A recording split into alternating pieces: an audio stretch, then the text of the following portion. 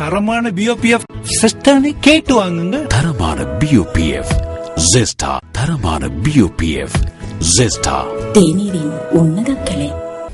நாட்டின் சில கடற்பிரதேசங்களில் இன்றைய தினம் காற்றின் வேகம் அதிகரிக்கலாம் என வளிமண்டலவியல் திணைக்களம் எதிர்ப்பு கூறியுள்ளது.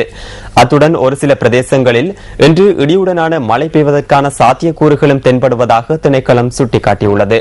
இன்றைய வானிலை தொடர்பான மேலதிக தகவல்களுடன் இணைந்து கொள்கின்றார் திணைக்களத்தின் மட்டக்களப்பு மாவட்ட வானிலை அதிகாரி கே சூரியகுமாரன்.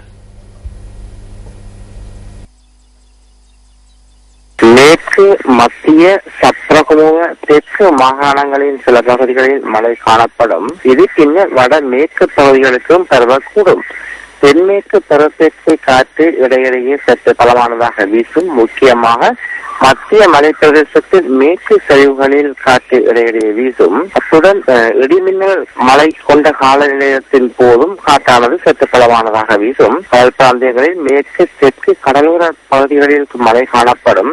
கடல் பிராந்தியங்களில் காற்றின் வேகமானது மணித்தாரத்துக்கு 30 கிலோமீட்டர் முதல் 40 கிலோமீட்டர் வரையான வேகத்தில் தென் மேற்கு திசையிலிருந்து காற்று வீசும்.